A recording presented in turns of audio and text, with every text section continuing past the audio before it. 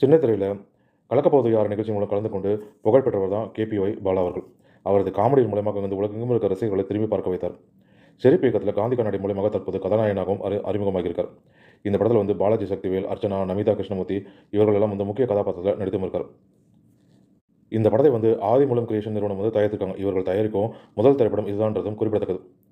காந்தி கண்ணாடி திரைப்படம் வந்து மக்களிடையே நல்ல வரவேற்பு பெற்று வருது தற்போது வரைக்கும்.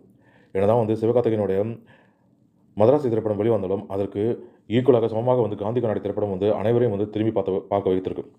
இந்த நிலையில் 3 நாட்களில் வெற்றிகரமாக பாக்ஸ் ஆஃபீஸ் கடந்திருக்கிற இந்த திரைப்படம் வந்து உலக அளவில் செய்திருக்கிற வசூல்கள் நிலவரங்களும் வந்து வெளியாகி அதன்படி வந்து 3 நாட்களில் காந்தி கண்ணாடி திரைப்படம் வந்து உலக அளவில் 3 கோடி வரைக்கும் வசூல் செய்திருக்கு.